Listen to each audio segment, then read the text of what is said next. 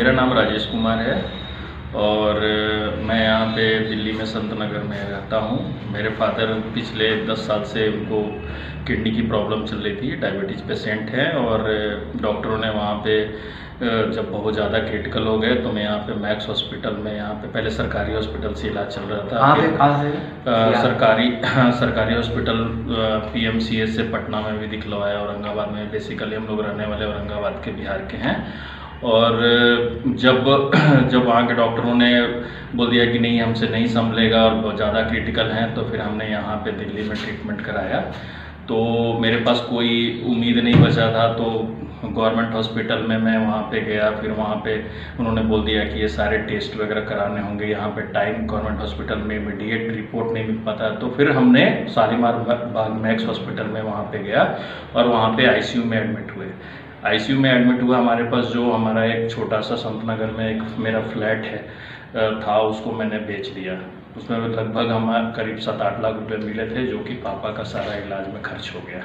वहाँ पे 10 दिन में लगभग 5 लाख के अराउंड मेरा खर्च आया, जो कि मैंने उसमें किया। और मेडिसिन में डेली बेसिस पे अगर देखें मंथली, तो 35 to 40,000 रुपीज़ जो है एक्सपेंसेस है। आगे के लिए डॉक्टरों ने ये बोला कि इनको डायलिसिस ट्वाइस अ वीक, यानी सप्ताह में 2 बार होगा, जिसके लिए हम लोग एफर्ट नहीं कर सकते। हमारे पास रहने के लिए घर भी नहीं और बहुत तरह की दिक्कत का सामना करना पड़ रहा है। इसलिए मुझे पता है, हमारे चूँकि क्षेत्रीय विधायक जो हैं, MLA हैं, श्री संजीव झा जी हैं, तो उनसे मैंने मिला। उनके रिकमेंडेशन पे उन्होंने बहुत साथ दिया। उन्होंने बहुत आश्वासन दिया कि आपके पिता का इलाज जो है वो सरकारी खर्चों पे वो सारा फ्री होगा। और हमारे श्रीवास्तव साहब हैं, उन्होंने बहुत सपोर्ट किया। तो पूरा नाम राजेश कुमार श्रीवास्तव हैं, जो कि हमें बहुत ही सपोर्ट किया। और वो सारा कुछ, चूँकि मैंने सारी स्थिति से अवगत कराया, और हमें मतलब अगर देखा जाए तो विद इन आवर उन्होंने क्विक डिसीजन लिया और सारे डॉक्यूमेंटेशन कंप्लीट कराया। और वैसे दिक्कत क्या है जी पिताजी को? किडनी फेलियर पेशेंट है। उनको डायलिसिस, डॉक्टरों ने डायलिसिस के लिए बोला है, और हर सप्ताह में 2 डायलिसिस उनका बहुत ज़रूरी है। बिना डायलिसिस के वो आगे सर्वाइव नहीं कर पाएंगे। जिसमें कितना खर्चा जाता है? जिसमें कि एक डायलिसिस पे 5 से 6 हज़ार रुपये का खर्च होता है। अगर देखा जाए तो साप्ताहिक जो खर्च होता है वो मैक्स के अंदर 10,000 रुपये का खर्च आता है। उसके अलावा मेडिसिन्स भी हैं, इंजेक्शंस भी हैं, तो ओवरऑल अगर देखा जाए तो 15 से 20 हज़ार रुपये का खर्च आता है। तो अब मैक्स वालों ने क्या कहा है? मैक्स वालों ने तो, प्राइवेट हॉस्पिटल है, वो तो पैसे लेते हैं और फिर डायलिसिस करते हैं। तो अब मेरे पास पैसे भी नहीं बचे हैं कि उनके नेक्स्ट डायलिसिस के लिए मुझे सोचना पड़ रहा है कि कहाँ जाऊँ, क्या कराऊँ। इसके लिए मैंने यहाँ पे आया हूँ, श्री संजीव झा जी के पास आया हूँ, और यहाँ पे पता चला कि उन्होंने मुझे साथ दिया और जो भी डॉक्यूमेंटेशन है वो पूरा करा रहे हैं। तो अब फ्री हो जाएगा आपका इलाज? अब वहाँ पे जो बता रहे, जो हम लोग जो जैसे फाइनेंशियली वीक हैं, तो जो बता रहे हैं कि EWS के थ्रू जो इलाज जो होता है वो फ्री हो जाता है। और मैंने प्रशासन से, वहाँ पे अस्पताल प्रशासन से भी, एडमिन से भी पता किया, तो वहाँ पे EWS में बहुत सारे पेशेंट हैं जो कि उनकी डायलिसिस फ्री ऑफ कॉस्ट चल रही है। और जो कंसर्न जो विधायक हैं, MLA हैं, उनके ही थ्रू वो रिकमेंड की जाती है, EWS कार्ड बनाया जाता है, और हॉस्पिटल के जो एडमिन हैं उनसे रिक्वेस्ट किया जाता है, और ये चीज़ है। इससे डॉक्यूमेंटेशन उन्होंने कंप्लीट करवाया है, और मुझे आशा ही नहीं, पूरा उम्मीद है कि हमारा काम जो है वो जल्दी से जल्द होगा। ये मैक्स के हॉस्पिटल के कहोगे? जी। ठीक है सर। क्या नाम है सर, दोबारा बताना? पेशेंट नेम मदन प्रसाद गुप्ता और मेरा नाम राजेश कुमार। ठीक है सर। नमस्कार, आज हम पहुंचे हैं दिल्ली प्रदेश में बुराड़ी विधानसभा में।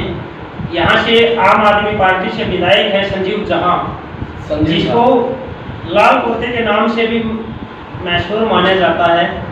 और आज हम मिलते हैं, मैं तो मिले नहीं हमें, लेकिन हम मिलते हैं यहाँ के कार्यालय इंचार्ज से, राजेश कुमार श्रीवास्तव जी से, जो RPS बाबू जगजीवन हॉस्पिटल के मेंबर भी हैं। और ये जो भी गरीब आदमी आता है, यानी कि दिल्ली प्रदेश के बाहर से भी आ जाता है, तो उनका फ्री कैंसर और अन्य बीमारियों का मतलब ऑपरेशन करवाने में सहायता करते हैं। तो मिलते हैं इनसे।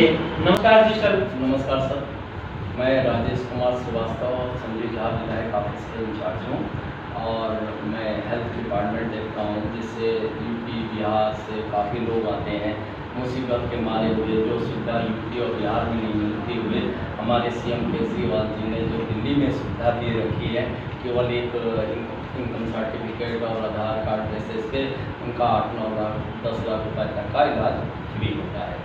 चाहे किसी तरह की बीमारी हो, कैंसर पीड़ित हो या आज तक किडनी की काफ़ी केसेस आए जब से कोरोना हुआ है, जिससे किडनी के काफ़ी केसेस बढ़े हैं, जिससे डायलिसिस वगैरह वो सब फ्री का काम होता है। तो सर कहीं से भी आ जाए, कोई भी प्रांत से आ जाए, चाहे यूपी बिहार कहीं उत्तराखंड कोई भी प्रांत से आए, हमारे सीएम केजरीवाल जी ने ये बहुत बढ़िया सुविधा की है कि दिल्ली के अलावा यूपी बिहार कहीं से भी आए और उसका इलाज दिल्ली में अच्छे ढंग से किया जाता है। तो फ्री होता है या पैसे लगते हैं? जी पैसे लगते हैं तो कितने लगते हैं? नहीं, बिल्कुल फ्री ये इलाज है। ये कागज़ EWS का कागज़ बनता है जो दिल्ली गवर्नमेंट ने जारी किया है और उस इनकम सर्टिफिकेट के बेसिस पे उसका सारा फ्री इलाज होता है, एक पैसा भी नहीं, दवा तक मुफ्त होता है। तो उसको कागज़ को बनवाने में क्या क्या मतलब सावधानियाँ बरतनी पड़ती है, क्या डॉक्यूमेंट उसको लाने पड़ते हैं पेशेंट? हाँ, उसको रिश्तेदार यहाँ पर रहते हैं, अगर वो बाहर से आता है उसका आधार कार्ड यहाँ बनता है और रेंट एग्रीमेंट बना के उस बेस पे EWS इनकम सर्टिफिकेट बनता है, जिससे फ्री इलाज। तो सर साथ में बन जाता है या कुछ दिन पहले बनवाना पड़ता है, जैसे पेशेंट की बीमारी के इलाज के लिए? नहीं, साथी के साथ बना लेते हैं। इन्फॉर्मेशन उनके जैसे मम्मी पापा हैं, उनके आने वाले हैं, उनको मालूम हो जाता है तो आधार कार्ड मंगा के अपने बच्चे अपने बिजली का बिल दे देते हैं, आधार कार्ड उस पर रिन्यू करके 2-3-4 दिन में बन जाता है आधार कार्ड, उस देश से उनका इलाज। यानी कि एक उनका पेरेंट्स यानी कि कोई भी रिश्तेदार हाँ, या कोई भी रिलेशन हो तो दिल्ली में रहना जरूरी है। हाँ, दिल्ली में रहने का प्रमाण पत्र होना चाहिए, वो जिससे यूपी के बहुत से लोग आते हैं कि भाई आधार कार्ड है तो आधार कार्ड बेसिस पे वहाँ से ट्रांसफ़र करके दिल्ली में जाइए, आपका इलाज फ्री हो जाएगा। तो वहाँ से हॉस्पिटल से ट्रांसफ़र करवा के रिफ़र करवा के जिस हॉस्पिटल में रिफ़र कराते हैं उसमें फ्री इलाज। तो सर अब जैसे कोरोना काल चला हुआ था, तो कोरोना काल में सुनने में आ रहा था विपक्ष दल से, बीजेपी वालों से भी और कांग्रेस वालों से भी कि दिल्ली में इलाज न होने की वजह से लोग हरियाणा की तरफ भाग रहे हैं, तो ऐसा हुआ था या नहीं हुआ? सर बीजेपी और कांग्रेस का तो नाम ही मत दीजिए। बीजेपी के जो हमारे 7 सांसद हैं कोरोना काल में तो बिल्कुल ही दर्शन ही नहीं हुए, पता नहीं कहाँ गायब हो गए थे। कांग्रेस की बात रहे, ना 3 में है ना 13 है, कांग्रेस की तो बात ही मत करिए। और जो आप कह रहे हैं कि हरियाणा में भाग के गए, हरियाणा के केसेस बहुत यहाँ दिल्ली में आए, यूपी के केसेस आए, हमारे पास सारे रिकॉर्ड भी हैं, जब चाहे आपको दिखा सकते हैं रिकॉर्ड कि यूपी से बंदे आएंगे यहाँ पे इलाज हो रहा है कोरोना कोविड से, कोई भी है। एक तो वो रखी थी, अभी मेरे पास जो अभी तीसरी लहर के लिए हमारे सीएम केजरीवाल जी ने काफ़ी अच्छा बंदोबस्त करके रखा, हजार बेड का इंसुलेटर के साथ बेड रेडी करके रखे कि अब उस तरह की प्रॉब्लम दिल्ली के अंदर नहीं आएगी। तो अब कह रहे हैं कि तीसरी लहर आएगी आगे कोरोना की, तो उसके लिए क्या क्या मतलब हमें सावधानियां रखी है सरकार ने? सर सीएम केजरीवाल ने पहले से ही अभी 3-4 हॉस्पिटल बना के रखे, हजार बेड के, तो अभी उस तरह की तैयारियां करके रखी है। अभी तो हमारे केसेस करीब नियर 50-60 केसेस डेली आ रही है, डेथ रिकवरी 0 है। सर जगह बता सकते हो कहाँ पे हॉस्पिटल रखे जो सीधा आ सके पेशेंट? ये हमारे बाईपास पे निरंकारी है और केशव नगर है, वहाँ पे हजार बेड का 3 हॉस्पिटल खोले हैं कि जो नियरेस्ट बुराड़ी विधानसभा में कोई भी कैजुअलिटी और किसी तरह की किसी कार्यकर्ता को या आम जनता को किसी तरह की कोई परेशानी नहीं हो। हमारे बुराड़ी हॉस्पिटल में जो हमारे सीएम केजरीवाल जी और संजीव झा जी के नेतृत्व में ये बुराड़ी हॉस्पिटल खोला है, बहुत ही अच्छा। हम तो चाहते हैं कि आप 800 बेड का है जिसमें केवल कोविड के लिए ही है, और हम चाहेंगे कि एक बार आप उस हॉस्पिटल में विजिट करिए कि हमारी दिल्ली सरकार ने कितना अच्छा बंदोबस्त हेल्थ के लिए किया है, बहुत अच्छा अरेंजमेंट करके रखा है।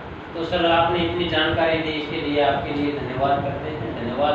तो ये थे हमारे साथ